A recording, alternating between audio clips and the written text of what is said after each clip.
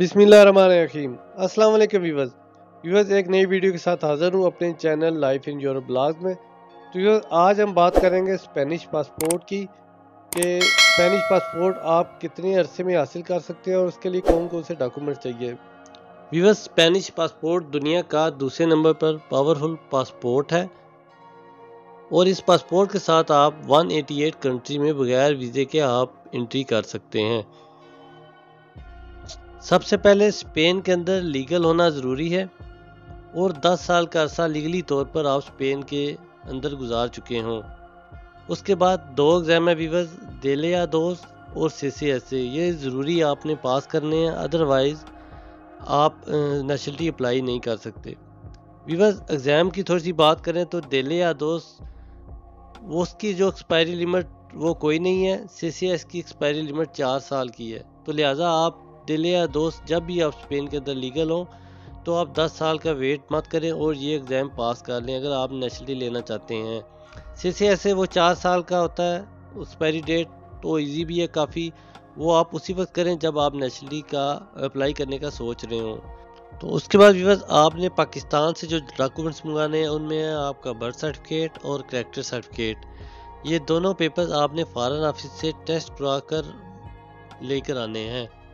जब ये पेपर दोनों टेस्ट वहाँ से हो जाए तो फिर आपने ये दोनों डॉक्यूमेंट्स जो हैं वो अपने कौंसलेट जो बार्सिलोना में रहते हैं तो वो तो बार्सिलोना की कौंसलेट से करा सकते हैं। अगर जो लोग कतलूनिया से बाहर रहते हैं तो वो एम्बेसी से जाकर इनको तस्दीक करवाएंगे। उसके अलावा भी ये पेपर जो होते हैं ये फिर आप किसी वकील के ज़रिए या आप खुद भी बज़रिया डाक इनको मैड्रिड जो स्पेन का फॉरेन ऑफिस है उसमें आपने भेजना है, तो वो 20 से 25 दिन में टेस्ट कर कर आपको वापस भेज देंगे। जब ये पेपर आपके पास कंप्लीट हो जाए तो फिर आप किसी लायर या कोई भी जिसके पास डिजिटल सर्टिफिकेट हो तो वो ये खुद भी आप नेशनलिटी जमा करा सकता है, लेकिन बेहतर ये है कि किसी लायर से ही करवाई जाए। तो उसमें जो डॉक्यूमेंट्स होंगे दो तो ये कैरेक्टर सर्टिफिकेट, आपका बर्थ सर्टिफिकेट हो गया, पैट्रोनामिento होगी आपकी, उसके अलावा पासपोर्ट ओरिजिनल, और अगर आप जॉब वगैरह कर रहे हैं तो नॉमिनल वगैरह और कॉन्ट्रैक्ट वगैरह लगा दे तो बेस्ट है, अदरवाइज़ कोई यानी ओब्लिगाटोरियो नहीं है, यानी कि ज़रूरी नहीं है। उसके अलावा व्यूअर निकाहनामा, अगर आपके बच्चे यहाँ पे हैं तो उनकी रेजिडेंसी की फ़ोटोकॉपियाँ वो भी साथ आपने लगानी है। और जब आपकी फ़ाइल कंप्लीट तौर पर जमा हो जाए तो फिर वकील आपको एक रेफरेंस नंबर या एक्सपीडिएंट नंबर देगा। उस एक्सपीडिएंट नंबर या रेफरेंस नंबर से आप अपने नेशनलिटी का स्टेटस जो है वो चेक कर सकते हैं कि वो नेशनलिटी आपकी किस स्टेज पर है इस वक्त। तो व्यूअर्स हर साल में ये मुख्तलिफ जो स्टेट्स है वो चेंज करते रहते हैं, तो इसलिए मैं कंफर्म नहीं बता सकता, लेकिन जो लास्ट स्टेज है वो ज़्यादातर यही आता है कंसीडरो। कंसीडरो का मतलब होता है कि आपकी नेशनलिटी पास हो चुकी है। तो जब ये कंसीडरो लिखा आ जाए तो उसके 1-2 दिन के बाद आप ऑनलाइन लेटर अपना निकाल सकते हैं जो आपको अदालत की तरफ से आया होता है कि आप नेशनलिटी के हकदार हैं। तो वो आपने अपने करीबी रजिस्टर सिविल अदालत में लेके जाना है जहाँ आप रह रहे हो, तो वहाँ जाके आपने खुरामिंतो यानी कि हलफ का टाइम ले लेना है। तो हलफ का टाइम हर इलाके की मुख्तलिफ औकात में वो दे रहे हैं, कहीं पे टाइम ज़्यादा दे रहे हैं, कहीं पे कम दे रहे हैं। तो इसके अलावा जो एक ज़रूरी बात मैं वो बताना चाह रहा हूँ आप लोगों को, वो ये है कि ज़्यादातर जो अदालत वाले हैं वो मांगते हैं कि अपने पेरेंट्स के बर्थ सर्टिफिकेट या फिर निकाहनामा लेकर आएँ। तो ऑब्वियसली आप लोगों को पता है कि हम लोग के जो पेरेंट्स हैं वो 50-50 साल पहले उनकी शादी हुई है, तो वो इस वक्त निकाहनामा लाना इम्पॉसिबल है। तो उसका बेहतरीन हल जो है कि सलूशन ये है कि आप एम्बेसी चले जाएं अपनी। अगर आप मैड्रिड में रह रहे हैं, अगर बार्सिलोना में है तो आप कंसुलेट में जाकर पेरेंट्स के नाम की आप तस्दीक करवा लें, क्योंकि वो एम्बेसी वाले आपको स्पेलिंग लिख कर और एक लेटर बनाकर दे देंगे, उससे आपकी खुरामिंतो आसानी से हो जाएगी। अदरवाइज़ वो नहीं मानते, इसलिए ये बेहतरीन इसका सलूशन है।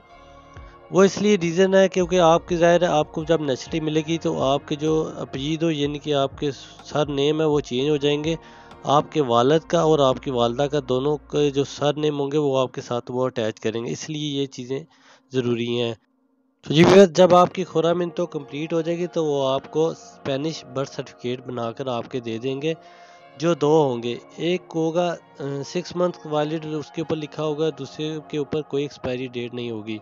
तो लिहाजा जो एक्सपायरी डेट जिस पे ऊपर नहीं लिखी होगी वो आपने घर में संभाल कर रख लेना है, और दूसरा जो है जिस पे एक्सपायरी डेट लिखी होगी 6 मंथ की, वो आपने कोमेसेरिया जो जहाँ भी आप रह रहे हो नज़दीक आपका पुलिस थाना कोई भी हो, पुलिसिया नेशनल जहाँ से हम लोग रेजिडेंसी लेते थे, वहीं पे जाके आपने सीधा निकालना है डीएनए का। तो वहाँ पे आपने जाना है, तो जाते हुए आपने सिर्फ एक फ़ोटो और 15 मिनट और ये बर्थ सर्टिफिकेट ले जाना है। इसके अलावा कोई चीज़ आपको लेकर जाने की ज़रूरत नहीं है। तो वो वहाँ पे आपसे जो उनकी फ़ीस है डीएनए की वो है 12 यूरो, आपसे लेंगे तो उसी वक्त आपको वो डीएनए निकाल के दे देंगे। अदरवाइज़ बहुत से थानों में पासपोर्ट उसी वक्त दे देते हैं, लेकिन आज कोरोना की वजह से वो कह रहे हैं कि दोबारा सीता आप लेकर आएँ पासपोर्ट का। तो उसके लिए भी जब नेक्स्ट टाइम आपने पासपोर्ट लेने जाना है तो उसकी 30 यूरो फ़ीस है, और आपने कोई चीज़ नहीं लेके जानी, ना ही फ़ोटो की ज़रूरत है, ना ही आपने सिग्नेचर करने होंगे। आपने सिर्फ अपनी डीएनए देनी होगी और 30 यूरो उनको देंगे तो वो आपको उसी वक्त पासपोर्ट निकाल कर दे देंगे। तो व्यूअर ये थी आज की जो मेरी वीडियो, स्पेनिश पासपोर्ट आप कैसे हासिल कर सकते हैं। उम्मीद करता हूँ कि ये मेरी वीडियो बहुत सारे भाइयों के काम आएगी, और दुआओं में याद रखिएगा, अपना बहुत सारा ख्याल रखिएगा। मिलेंगे नेक्स्ट वीडियो में। अल्लाह हाफिज़।